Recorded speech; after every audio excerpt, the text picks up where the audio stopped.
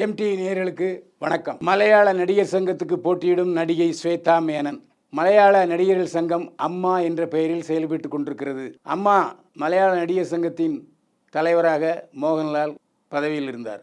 Hema committee அறிக்கை வெளிவந்ததும் பலர் மோகன்லாலை மீது குற்றம் சாட்டினர். இதைத் தொடர்ந்து மோகன்லால் அம்மா நடிகர் சங்க தலைவர் பதவியிலிருந்து விலகினார். அதைத் தொடர்ந்து அனைத்து நிர்வாகிகளும் விலகினார்கள். இப்போது மீண்டும் அம்மாவுக்கு மலையாள நடிகர்கள் சங்கத்துக்கு நிர்வாகிகள் தேர்தல் நடத்தப்பட இருக்கிறது. மீண்டும் மோகன்லாலையே தலைவராக இருக்கும்படி பலர் வற்புறுத்தினார்கள். ஆனால் அவர் முடியவே முடியாதுன்னு மறுத்துவிட்டார். இப்போது அதே பழைய நிர்வாகிகள் கமிட்டியில் இருந்த ஸ்வேதா மேனன், மோகன்லாலுடைய ஆதரவாளர், இப்போது அம்மா சங்கத்துக்கு நடிகர்கள் சங்கத்துக்கு தலைவர் பதவிக்கு ஸ்வேதா மேனன் போட்டியிடுகிறார். இவர் மோகன்லாலின் தீவிர ஆதரவாளர். ஹேமா கமிட்டி அறிக்கை வந்தபோது கூட மோகன்லாலுக்கு ஆதரவாக அறிக்கை வெளியிட்டவர் என்பது குறிப்பிடத்தக்கது.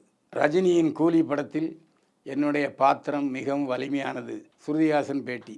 முதல் முறையாக ரஜினி நடிக்கும் படத்தில் முக்கிய வேடத்தில், அதுவும் வில்லனாக நடிக்கும் சத்யராஜின் மகளாக நடிக்கிறார் ஸ்ருதிஹாசன். சமீபத்திலே ஒரு பேட்டியிலே ஸ்ருதிஹாசன் என்ன சொல்லியிருக்காருன்னா, நானும் இயக்குனர் லோகேஷ் கனகராஜும் ஒரு இசை ஆல்பத்தில் நடித்தோம். அப்போது அவர் கூலி படத்தினுடைய கதையை என்னிடம் சொன்னார். சத்யராஜின் மகள் பாத்திரம் ஒரு வலுவான பாத்திரம் என்று இருக்கிறது, நடிக்கிறீங்களா என்று கேட்டார். நான் உடனே சம்மதித்து விட்டேன்.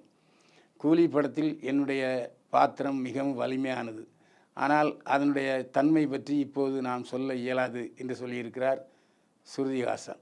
7 கோடி சம்பளம் கேட்டு அடம்பிடிக்கும் ஜான்வி கபூர். ஜான்வி கபூருக்கு ஸ்ரீதேவியின் மகள் என்ற ஒரே ஒரு அங்கீகாரம் தான். அவர் நடித்த முதல் இந்தி படம் தேவரா படுதோல்வி அடைந்தது. அடுத்த படமும் சரியாக போகவில்லை. ஆனால் தொடக்கத்திலே 6 கோடி ரூபாய் சம்பளம், 7 கோடி ரூபாய் சம்பளம் வாங்கி கொண்டிருந்த ஜான்வி கபூர் இப்போது அல்லு அர்ஜுன் நடிக்கும் படத்துக்கு 8 கோடி சம்பளம் கேட்டு அடம் பிடிக்கிறார்.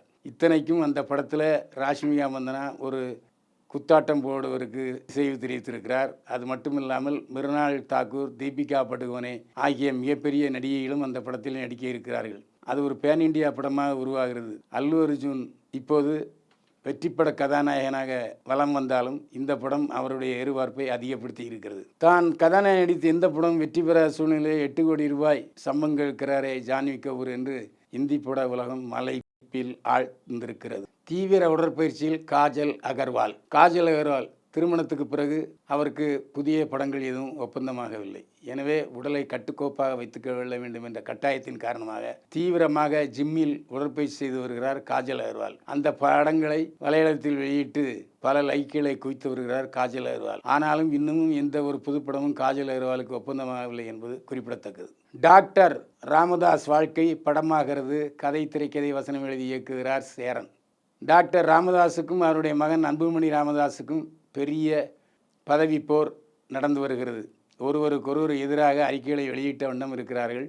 இப்போது அன்புமணி ராமதாஸ் நடைப்பயணம் தமிழகம் முழுவதும் மேற்கொள்ள இருக்கிறார். இந்த சூழ்நிலையிலே டாக்டர் ராமதாஸ் அவருடைய வாழ்க்கை வரலாறு படமாகிறது என்று GKM தமிழ்குமரன் தெரிவித்திருக்கிறார். இவர் லைக்கா புரொடக்ஷன்ஸின் தலைமை நிர்வாகியாக பணியாற்றி வருகிறார். பாட்டாளி மக்கள் கட்சி தலைவரும் சட்டமன்ற உறுப்பினருமான GK மணியினுடைய மகன்தான் GKM தமிழ்குமரன். அவர்தான் இந்த படத்தை தயாரிக்கிறார். கதை, திரைக்கதை, வசனம் எழுதி இயக்குகிறார் சேரன். டாக்டர் ராமதாஸ் அவர்களின் பிறந்தநாள் விழாவில் முதல் போஸ்டர் வெளியாகி இருக்கிறது.